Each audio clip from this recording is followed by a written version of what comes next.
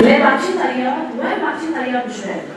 رغم كل حملات التطهير اللي عم يتعرض المواطن الجبالي واللي هدفها تشويه انجازات التيار الوطني الحر بقضاء اجباري، الحقيقة واضحة، التيار موجود، مكفى واقوى من قبل.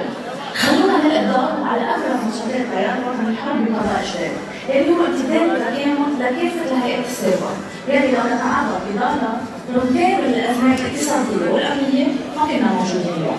زيارة رئيس التيار الوطني الحر نائب جبران باسيل لعدة بلدات بقرى جبالية من تنظيم لجنة التواصل. قطبة، لحفة، مشمش، جيج، حصانة والعقل. ولقاءات كثيرة عم يتم التحضير لها. زيارة فخامة الرئيس عماد مشلعون رئيس التيار الوطني الحر نائب جبران باسيل لضريح الاستشهاد بالعناية. وزيارة محمية أهمش وغدا مع أهالي وفعاليات البلدة.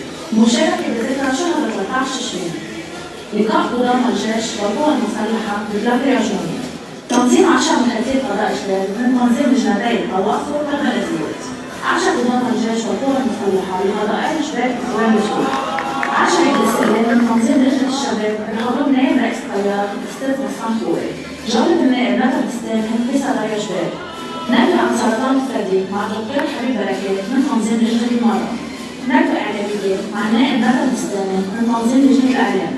لقاء توعوي مع المعالج النفسي الدكتور ايمن شكور حول مخاطر وسائل التواصل الاجتماعي على الاطفال من تنظيم لجنه الشؤون الاجتماعيه.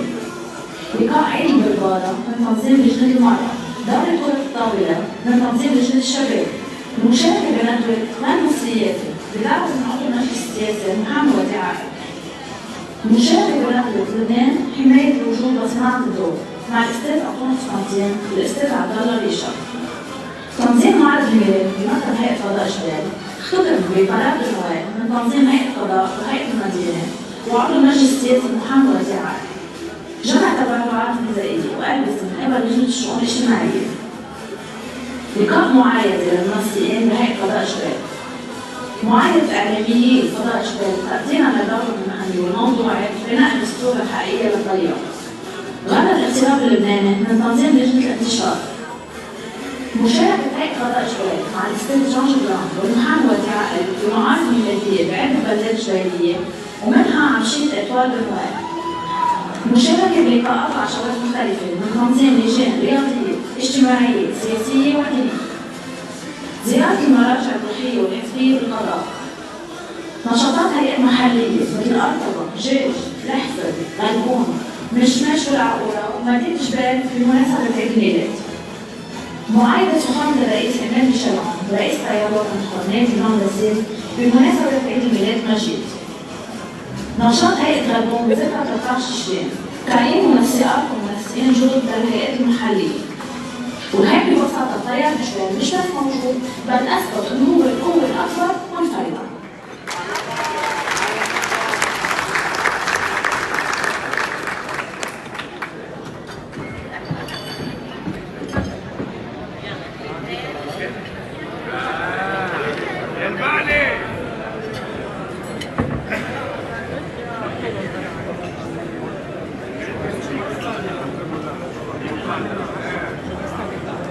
مساء الخير. لما نحكي عن التيار الوطني الحر بقضاء جبال نكتشف انه التيار هو صورة عن القضاء بكل تفاصيله. تيار يشبه قلعة جبال راسخة بوجه العواصف، مر عليها احتلالات وحروب بس بقيت واقفة مثل التيار، كل ما اشتدت الضغوط زاد ثباته. تيار يشبه المينا الفنين منفتح على العالم، حامل رسالة، بيعرف يتواصل بس ما بيغرق وما بيضيع هويته. فخامة الرئيس من جبال، من قلعة التيار، من البيوت اللي تأسس فيها النضال، ومع الناس اللي آمنت بخيارك وأقسمت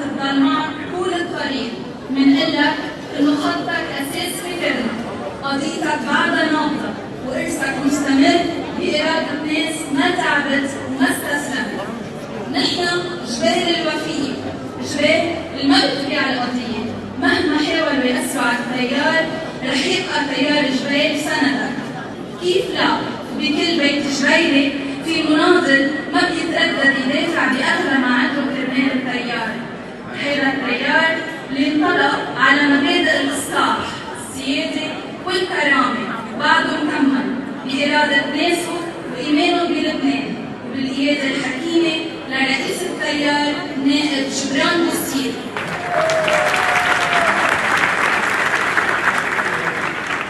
نحن ولاد التيار ربينا على احترام الرأي الآخر وعلى الاختلاف بلا تجريح وبلا مس بالكرامات.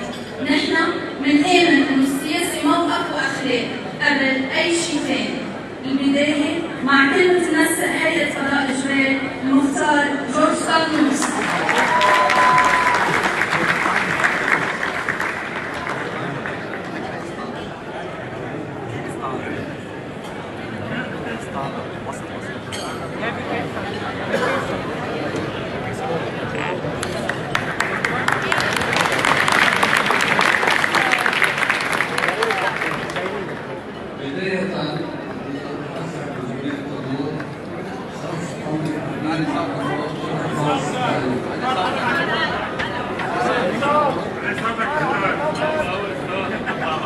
فخامة الرئيس إيمان ميشيل عمر.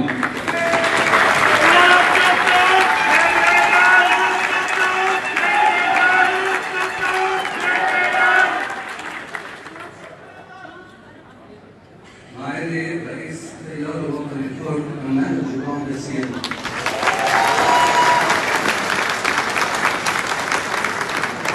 أصحاب المعالي والسعادة، الرفاق التيار الوطني الحر الحضور الكريم. عم نلتقى الليلة بمناسبة 12 سنوي لهيئة القضاء شباب التيار الوطني الحر. نحن عم نستظل بحضور فخامة الجبل رئيس إيمان ميشيل عمر. هذه المنطقة اعتادت على الاستظلال بعطاء الوطن، حيث ما بقى لنا ثقة غير مشخصة ومكافأة. حتى كان تخاف وقت من الأوقات أن ينال منا بسبب قدر من التأمين على تعويض جزءهم ومؤامراتهم على حساب الحقيقة ووطنية التيار وسلطة الزيارات والمواقف.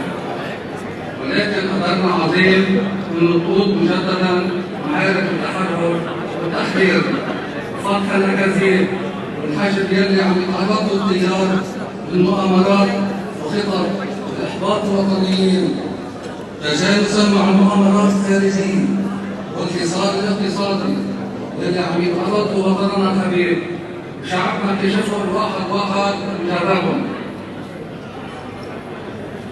إدارة المال العام حدث ولا حرج عن فساده. الكهرباء 24 على 24 عتمة، ما بيعرفوا حتى الآن يشتروا بيخة نهضة. السداد الأموال المنهوبة هن شركاء مع المنظومة والنصوص اللي سرقوا المال العام. بمكافحة الفساد ما شفنا فاسد واحد بالحبس، بس شفنا مناطين من التجار بتهم الخبرة للمال منهم حتى يعينوا الدلاء عنهم. بملف انفجار المدفع التحقيق ما كانت راولة، اللهم هيك شباب. بالعدالة الضربية مسكرة وصول العدل. قانون الانتخاب عم بيحاولوا دائما بتأجيل الانتخابات وقت ما انفتح أمرهم بإدارة السلطة والمال العام. بمنتحلي السيادة هن بهيبة أبو عمر.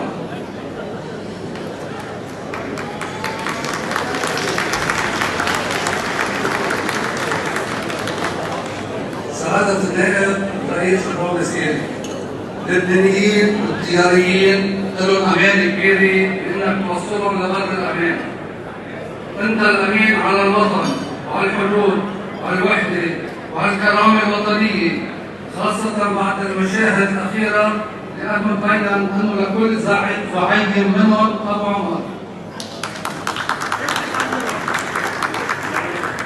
باقي التيار قاد وأنقياء وعندهم المناعة الكافية من تلقي الأوامر وفرض المواقف السياسية لهم، وهيدا ببين لنا تحالف كل هؤلاء واللي داعمينهم ضد التيار لأنهم مجرد منفذين أوامر، لأنكم رفضتوا أنكم تكونوا جزء من خريجي أقضية المخابرات وسرق السفارات.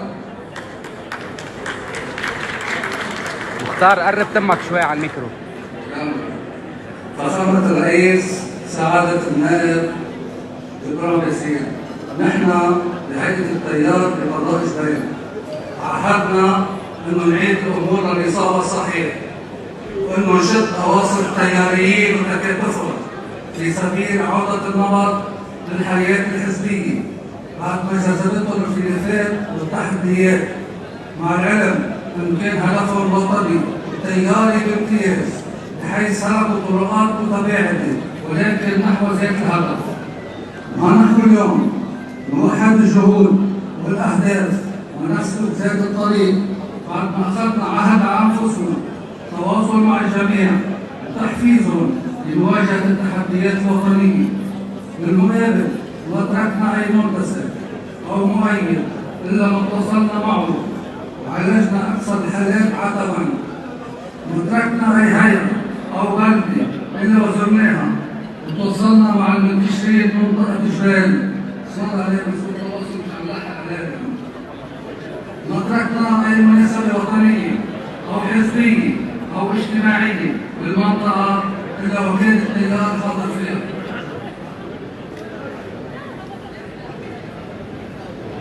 نحن بهيئه التيار الوطني الحق بقضاء جبال نوعدكم انه نكون التيار بالقضاء مثل ما عهدتوه صلب موحد يواجه التحديات بقلب نابض بالحيويه والحياه، وأن يكون التزام التياريين بأي قرار تاخذوا الريادة أبعد من أي حدود في فصل تام بين العلاقات الشخصية والالتزام الحزبي، خاصة أنه هالعلاقات سياسية المعيشة بعد ما رسخ زرع فينا فخامة الجنرال الروح الوطنية وضخ بعروض محب الوطن والجيش والمؤسسات.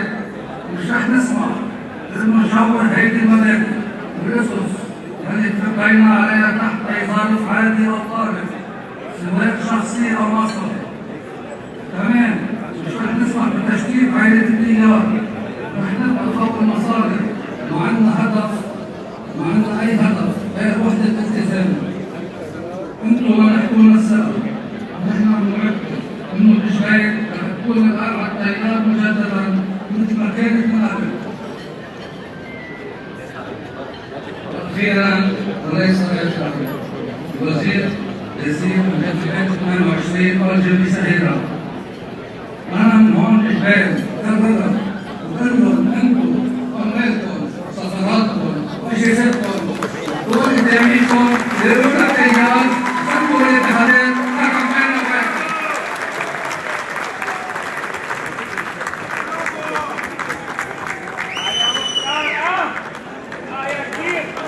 بالختام قرر التنقيب بفخامة الجنرال سعادة النائب ياسين على أرض جبال الأميني التي تستضيف أشرف وأصدق الخير. نتمنى لكم دوام الصحة وطول العمر، عشتم وعاشت جبال 10 أيام و10 أيام.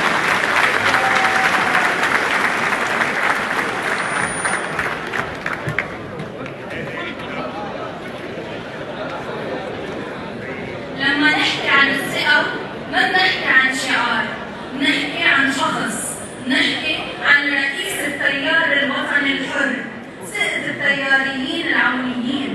ثقة ما كانت يوما ظرفية ولا مصلحة، بل ثقة مبنية على مسيرة نضال والتزام ما اهتز ولا خضع للضغوط. وهو كمان ثقة الجبيلية اللي بيعرفوا مين بيشبههم ومين ثابت مثل أرضهم ومين وفي مثل تاريخهم. هو الخط الواضح، معنى الوفا الحقيقي بزمن انكشف فيه الكل وسقطت فيه الأقنعة، وتبين مين بقي ثابت على مبادئه ومين تبدل مع تغير المصالح. بهذا الزمن كان كلامه الأساس، وكان الصوت اللي سمى الأمور بأسمائها وكشف كل المتغيرين، وبقي واقف على نفس المبادئ وعلى نفس الوعد، من دون لا تراجع ولا مساومة.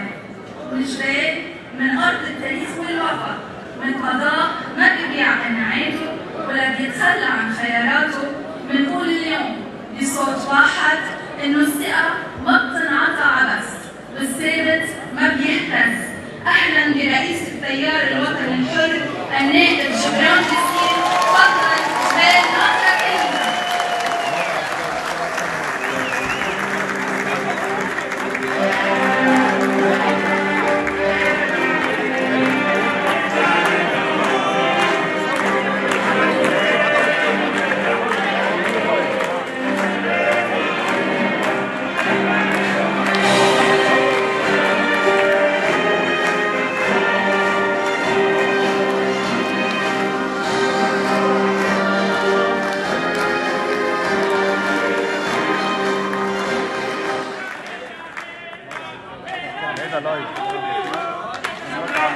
إلنا.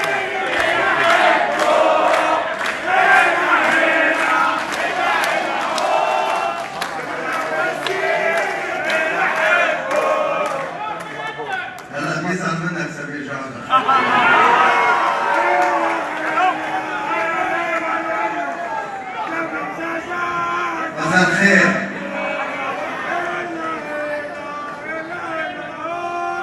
سعادة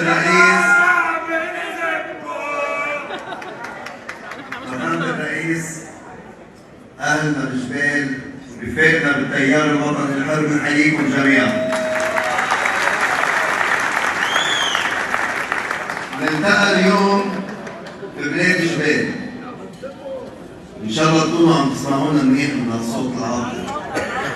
نلتقى ببلاد جبال وأنا جايكم من بلاد البترول، فتجمعنا هالأرض الطيبة وهالناس يلي إن شاء الله نضل نحن وجبال نتنافس مين بده يكون أحلى، ونضلنا اثنيناتنا الأحلى.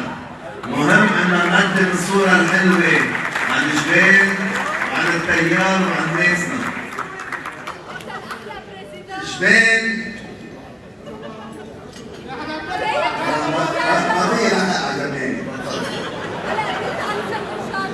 جبال هي أرض السياسة، طلع منا كبار السياسة. العميد الموقدي مش أقل وقف ضد اتفاق القاهرة، لأنه ما قبل لبنان يكون ساحة، كان بده لبنان يكون مساحة للفكر، للحوار، مش ساحة حروب. وقف ضد الحرب الأهلية ورفض إنه يشارك بلعبة الدم ودفع حقه. وقف ضد الاحتلال الإسرائيلي والاحتلال السوري. ليه؟ لأنه هو ونحن سياديين حقيقيين، مش سيادة انتقائي ضد الاحتلال الإسرائيلي بس مع الاحتلال السوري، أو ضد الاحتلال السوري بس مع الاحتلال الإسرائيلي، وبده يسموا حالهم سياديين على القطعة. جبال كمان أرض الأوادم، أكثر هي معقل الأوادم، هي أرض الدولة والقانون، وولادها ولاد دولة، مش زعلان ميليشيات يقتلوا وبيشاركوا بنهب الدولة وبسرقتها.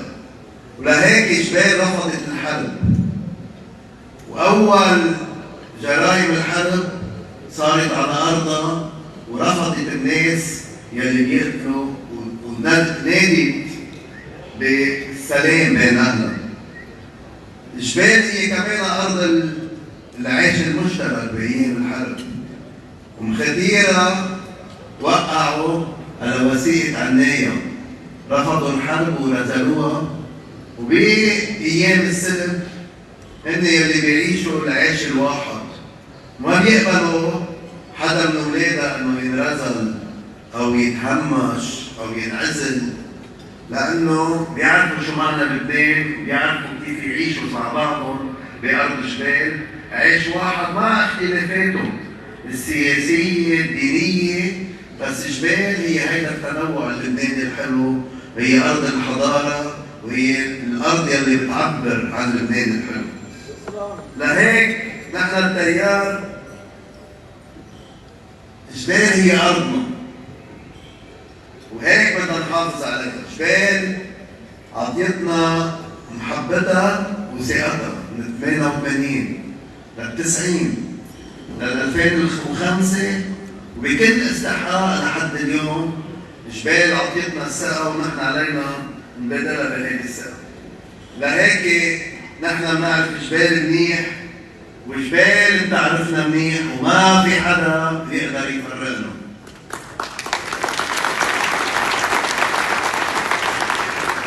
حصلنا على ثقة أهلها، واللي بيحصل على ثقة الناس ما بيهرب ولا بيغدر، بالعكس بيبقى وبيتجذر.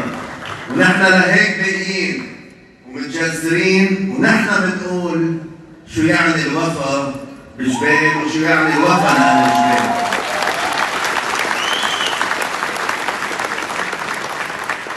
نحن بندرس أو نعطي دروس إذا بدكم عن الوفا لأنه نحن أوفياء لعمادنا ولمدرسته ولخطه الوطني. بس كمان نحن تعلمنا دروس عن الغدر. تعلمنا انه صوت الناس بحاجه لحمايه حتى ما ينسرقوا اصواتهم. نحن مصممين ان نحمي اصوات الناس يلي حافظوا على ولائهم للتيار، يلي بيوصل لاصوات الناس وهو بموقع وبيرجع من بعدها ببدل موقعه، ما بيصير مستقل، بيصير خاين.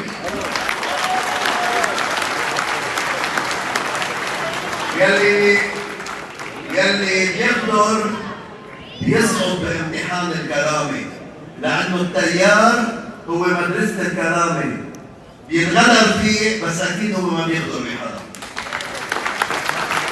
التيار مبني على فكرة الكرامة، والتيار بيعبر عن نفس جبال وتاريخ جبال وحضارتها، وبيعبر عن أهلها، وهيك هو مؤتمن على حماية إرادتهم، وإرادتهم إنهم يستردوا المعهد النيابي يلي انسرق منهم بعملية غلط. هذا مش سقف، هذا تصحيح مسار، هذا منه انتقام، هيدا إعادة الأمور لمكانها الطبيعي السياسي الديمقراطي والأهم الأخلاقي. هيك الأخلاق تقتضي. هيدا المعهد هو أمانة الناس، هو أمانة للناس، يلي أخرجوا منهم هو خرج بإرادته عن ثقة الناس اللي أعطوه إياها. جبال منا منطقة أرمينية، جبال بتعرف كتير منيح شو بدها وشو بتريد، وهي بتريد دولة وكرامة وشراكة. بتريد كرامة مش خيانة، وبتريد شراكة مش تبعية، وبتريد دولة بتنبنى بالخطط، الدولة ما بتنبنى بالصدفة. ولهيك جبال بتستاهل تمثيل سياسي واضح مش متقلب، وجبال ما بتتاخد بالصدفة ولا بتتمثل بالالتباس. هيدي رسالتنا بالانتخابات النيابية المقبلة. التيار لازم يكون حاضر، لازم ناسه يصوتوا بكثافة وبثقة وبوعي، لأنه هيدا الصوت مش بس لنسترد موقع وكرسي، بس هيدا الصوت تنعيد معنى الالتزام ومعنى السياسي. معنى انه النايب هو ابن قضيته مش عابر فيها، والنايب منه سايح سياسي بل هو ممثل للناس ملتزم بثقة الناس وبصوته. ونحن بدنا نكون على قد التحدي. المعركة قدامنا والقرار بإيدكم انتم. هيدي معركة نهوض واستنهاض للتيار، واكيد معركة على مستوى الوطن وحجمه. وما في محل فيها للرمادية. هيدي معركة ما فيها محل للرمادية ولا للانتهازية، وهيدي معركة وطنية وفيها قضية، مش معركة تعليقات شخصية. وما فيها محل للي بيعتبر التمثيل فرصة شخصية مش أمانة عامة حملها برقبته أمانة الناس برقبته. ولهيك هيدي المعركة منا ضد أشخاص. اوعى نغلط بهذا الشيء. نحن ما في شيء ناخده ضد شخص، نحن عندنا قضية. قضيتنا هي اللي بدنا نوصلها يلي نحن مؤتمنين عليها. بس نحن ضد عقلية التفكك وتحويل السياسي لتجارة. والسياسيين والمناضلين الشرفاء اللي مثلكم ما بيصيروا تجار ببيعوا القضية كرمال مصالح شخصية أو خدمات شخصية أو علاقات شخصية، لأنه كله بيصغر قدام القضية. وهون بدنا نسأل حالنا أسئلة أساسية. شو قيمة الواحد إذا ربح نيابته وخسر كتلته النيابية؟ هيدي الجماعة يلي هي بتعمل كل الفرق. وأنا هون بدي أقول لكم أنتم بجبال عشتوا هيدي المرحلة. شو قيمة الواحد لوحده وهو لوحده ما بيقدر يعمل شيء؟ وشو كان بيقدر يعمل لوحده لو ما الجماعة اللي حواليه؟ شو بيقدر يعمل نايم لوحده؟ وينين بالمجلس؟ ملفات بالحكومة؟ مشاريع بالقضاء؟ مين عمل المشاريع والطرقات والمي والخطوط والخزانات والآبار؟ مين عمل طريق عمشيت ترتج؟ نايب أو تكتل نيابي بالمجلس وبالوزارة؟ مين عمل طريق نهر إبراهيم أرطبة؟ نايب أو تكتل نيابي بالمجلس وبالوزارة؟ ومين عمل طريق عناية لعقورة؟ نايب أو تكتل نيابي بالمجلس وبالحكومة؟ ومين عم يعمل سد جنة ورح يعمل سد جنة أو أكبر طول الأيام؟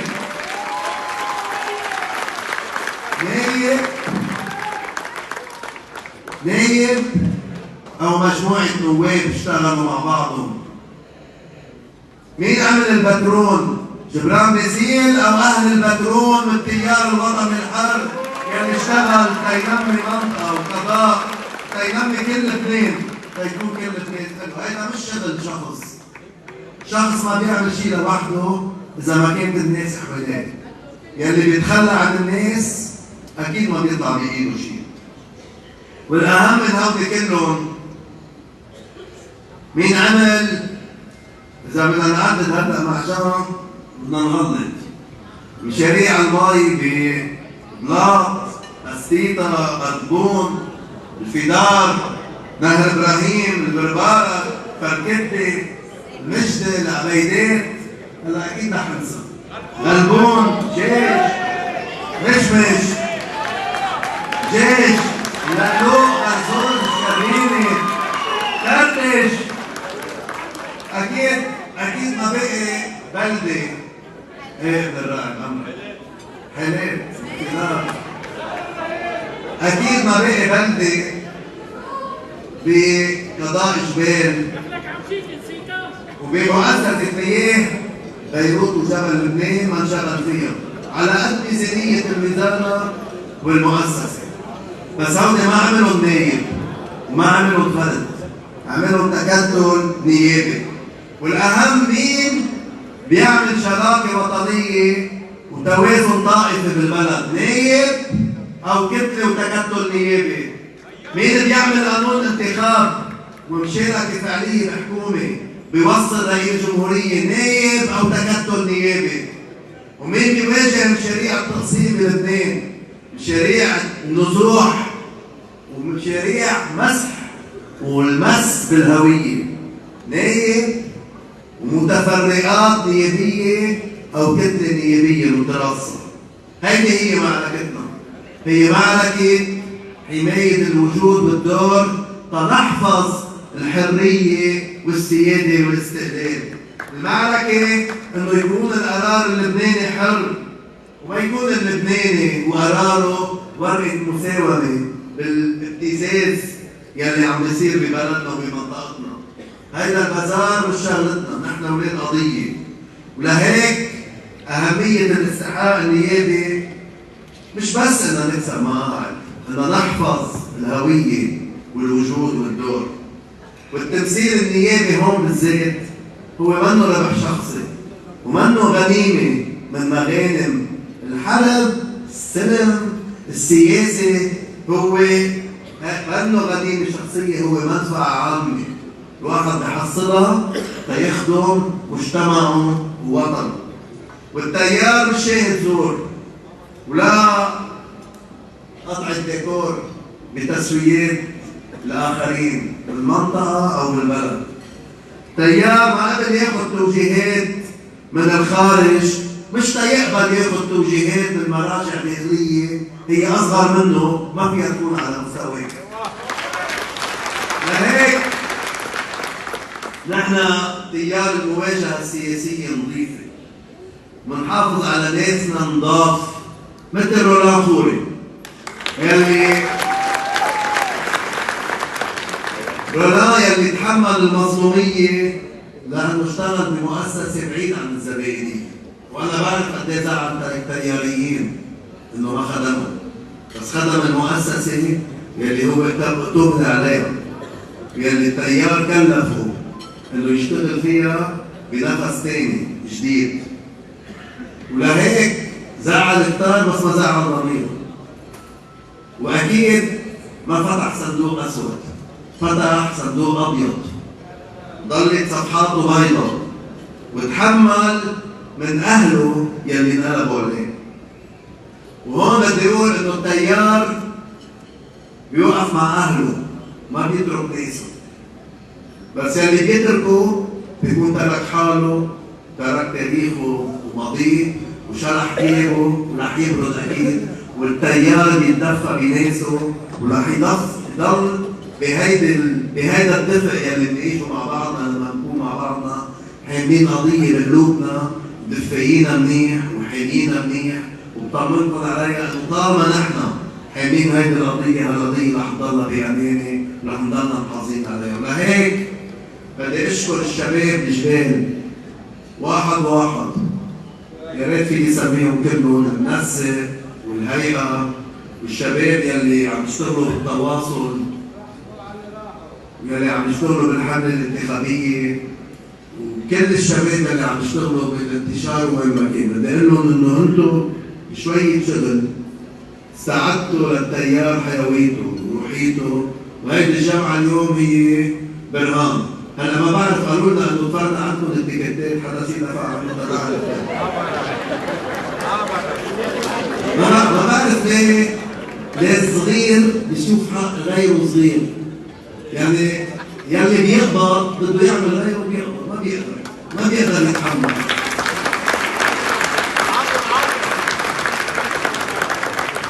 هلا اذا استكتروا او استوهموا من 10 عملوا التيار هلا بدنا نساعد صار فيه. بكره شو بدهم يعملوا بالانتخابات؟ بدي خبركم خبريه حلوه، لانه اليوم طلعت نتائج استطلاع هلا قبل ما اجي اعطوني اياها وعملها التيار. هلا نحن مش حنزعبر على حالنا، اكيد مش رح نكذب على حالنا. عملنا استطلاع كبير بقضاء جبال، وانا كثير مبسوط من النتيجه، وبتفاجئ قد ايه بالرغم من كل شيء تعرض له التيار من غدر بهيدا القضاء بعد التيار قوي، وبطمنكم انه التيار قوي رح يكون بالانتخابات الجايه. بس بدنا نشتغل اول شيء كلنا سوا بقلب واحد، ولازم نكون تعلمنا انه الطموح الشخصي هو أكيد مشروع لبال بنشجعه، لأنه الناس ما عندها طموح ما بتشتغل وما بتتقدم، بس طموح الشخصي بيوقف عند حدود وطموح الجماعة.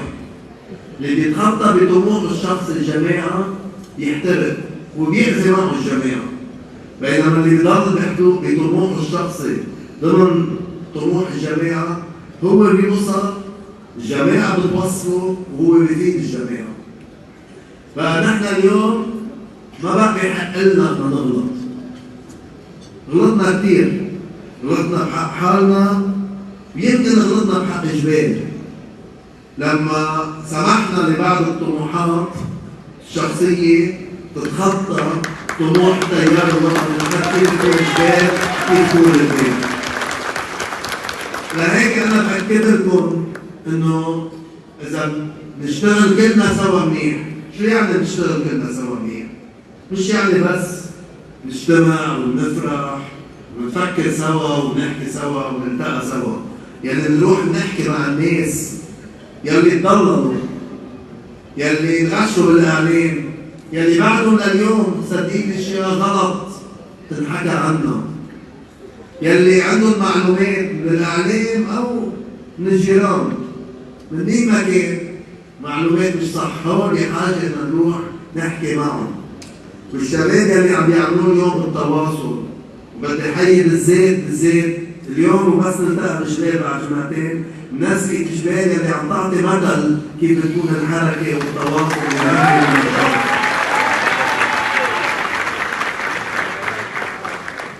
هلا مش ناسي لا جورج طرنوس ولا سامر موسى ولا صوى ولا الغانم ولا كل الشباب.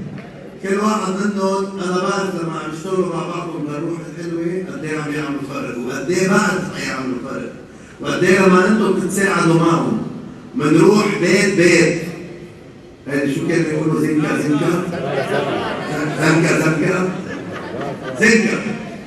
بيت واحد نحكي مع الناس بحاجه بدنا نحكي معهم، مش بس تنذكرها مين نحن، تنوضح لنا الحقيقة وتنقلنا شو بدنا نعمل للمستقبل، لأنه نحن ما بنوقف قدام حاجز وما بنوقف قدام يأس وما بنتخلى بلحظة ولا بلحظة بيصيبنا يأس أو ملل أو كلل أو نتعب من شيء.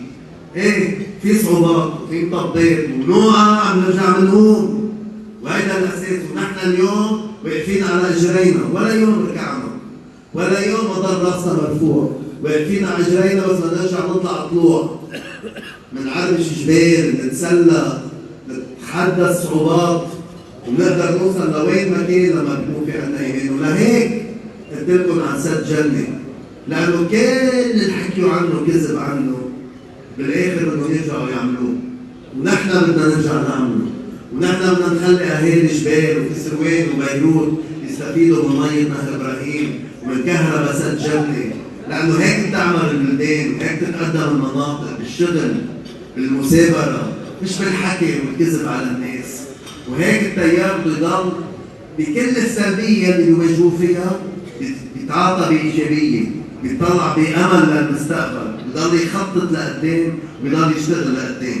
لهيك عنا بعد كم شهر معركة، وهيدي معركة وفا والتزام التيار الوطني لحتى يكمل مشواره بجبال وبكسروان وبكل لبنان. خلينا نحول الغدر لحافز، والغضب يلي هو مقدس مثل ما بيقول الجنرال ومشروع، الغضب نحوله لمشاركة كثيفة، والظلم نحوله لانتفاضة بالاصوات بالصناديق. وهيك جبال كانت ورح تبقى حسن التيار الوطني الحر، وهيك التيار انوجد ليحافظ على جبال برقية بحضارتها يلي حملتها للعالم كله سوا. التيار بده يكون على هيدا المستوى من الفهم السياسي، من التفكير السياسي، من التعاطي مع الناس، من الاخلاق. يلي بيسبنا نحن ما بنجاوبه بالسؤال، نحن بنجاوبه بفكرنا وبفهمنا وباخلاقنا. نحن مش ميليشيا، نحن اولاد الدولة واولاد الجيش، ما بنتعاطى مع العالم الا باخلاقنا، وهيك بنربح حالنا وبنربح وطننا، وهيك بنحافظ على جبال وعلى تاريخ جبال، على تاريخ جبال المشرف وعلى تاريخ التيار الوطني المشرف، وهيك بنقول انه نحن باخلاقنا بننتصر، وهيك الناس بتميزنا، وهيك بنشوف حالنا، مش بصوتنا العالي.